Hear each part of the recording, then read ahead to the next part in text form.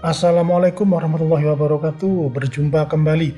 Kali ini kita akan berselancar di dunia maya, demonstrasi kontekstual penerapan segitiga restitusi model 1.4 budaya positif.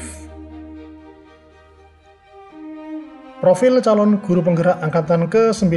Nama saya Joko Nugroho, Sarjana Pendidikan, Unit Kerja SD Negeri 2 Kramat, Kecamatan Lamongan, Kabupaten Lamongan.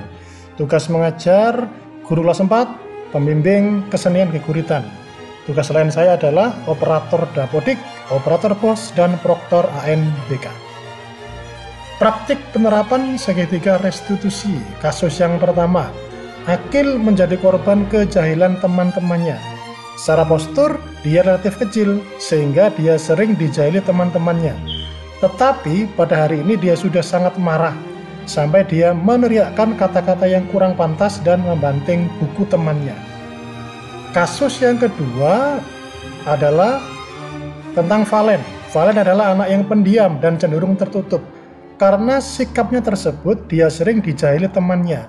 Sepatutnya sering disembunyikan teman-temannya, sehingga pada puncak kemarahannya, dia hampir menendang teman perempuannya. Kali ini kita akan membahas tentang segitiga restitusi. Apa itu segitiga restitusi? Segitiga restitusi adalah suatu proses dialog yang dijalankan oleh guru atau orang tua agar dapat menghasilkan murid yang mandiri dan bertanggung jawab.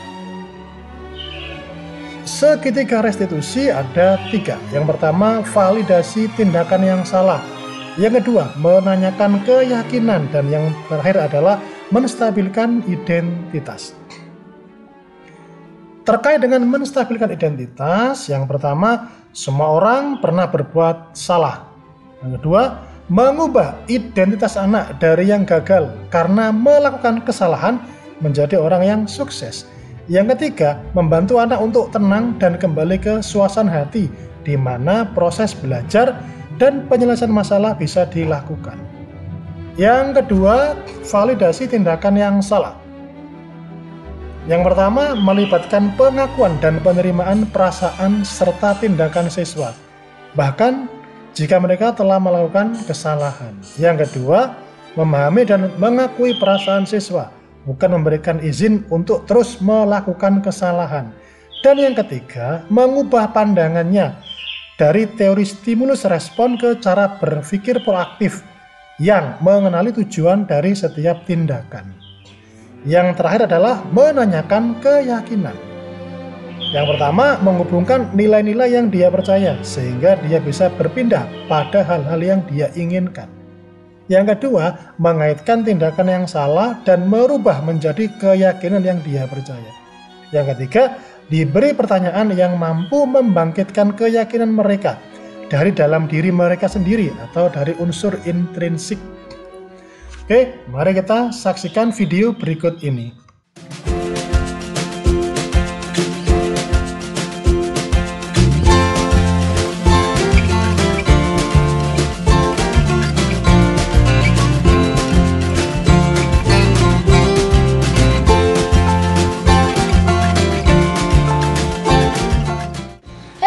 Kembalikan kopiah saya. Brengsek kalian semua.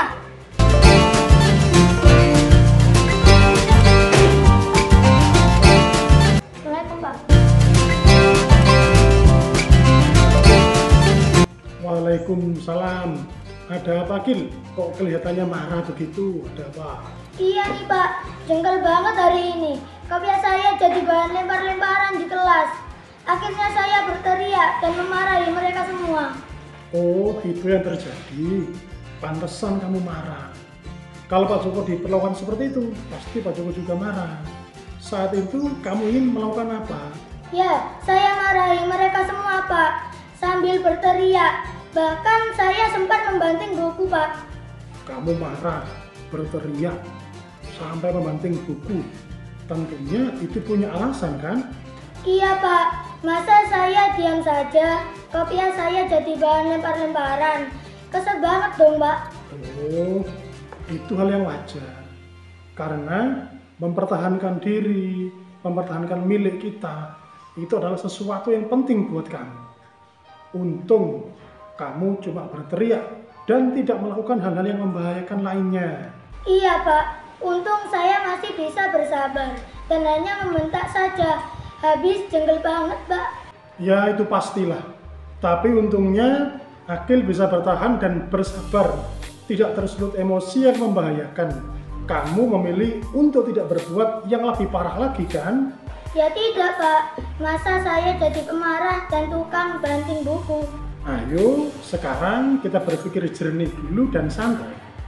Sekarang Pak Joko mau tanya, tindakan kamu marah, berteriak, dan membanting buku itu sudah sesuai keyakinan kelas atau sudah sesuai dengan prinsip karakter kamu tidak? Sebenarnya saya itu menghargai dan menghormati dengan teman-teman saya Pak. Tapi mungkin waktu itu saya sedang marah, jadi saya tidak menunjukkan perilaku itu. Kamu yakin kan bahwa menghormati dan menghargai teman itu penting? Iya Pak, penting sekali.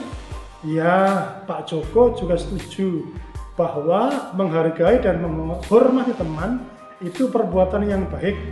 Namun ada juga keyakinan yang perlu kita jalankan saat kita sedang marah, bukan? Iya Pak, saya akan mencoba lebih bersabar, tenang, dan meminta sesuatu dengan cara yang lebih halus dan memikirkan dampak yang akan terjadi jika saya marah.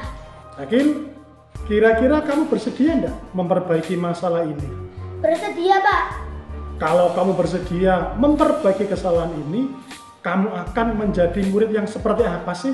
Saya akan lebih bersabar, tenang, dan menyadari akibat dari bertindak emosi. Menurutmu, bagaimana rasanya menjadi murid yang sabar, tenang, dan bijak? Pasti saya akan bangga Pak, karena bisa bersabar dan tenang dalam menghadapi masalah. Baiklah Akil, ayo kita pikirkan bagaimana cara memperbaiki masalah ini. Baik Pak, terima kasih ya Pak. Saya akan kembali ke kelas.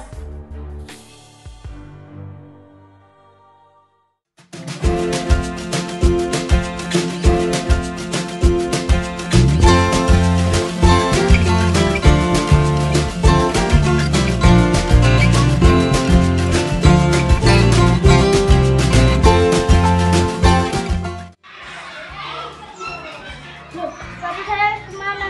Ini udah sekian kalinya sepatu saya diumpetin teman-teman. Sepatu kamu tadi diumpetin. Oh, kurang ajar Meme. Kembalikan sepatu saya. Kalau nggak saya tendang kamu. Assalamualaikum Pak. Waalaikumsalam. Ada apa Valen? Kok kelihatannya marah begitu?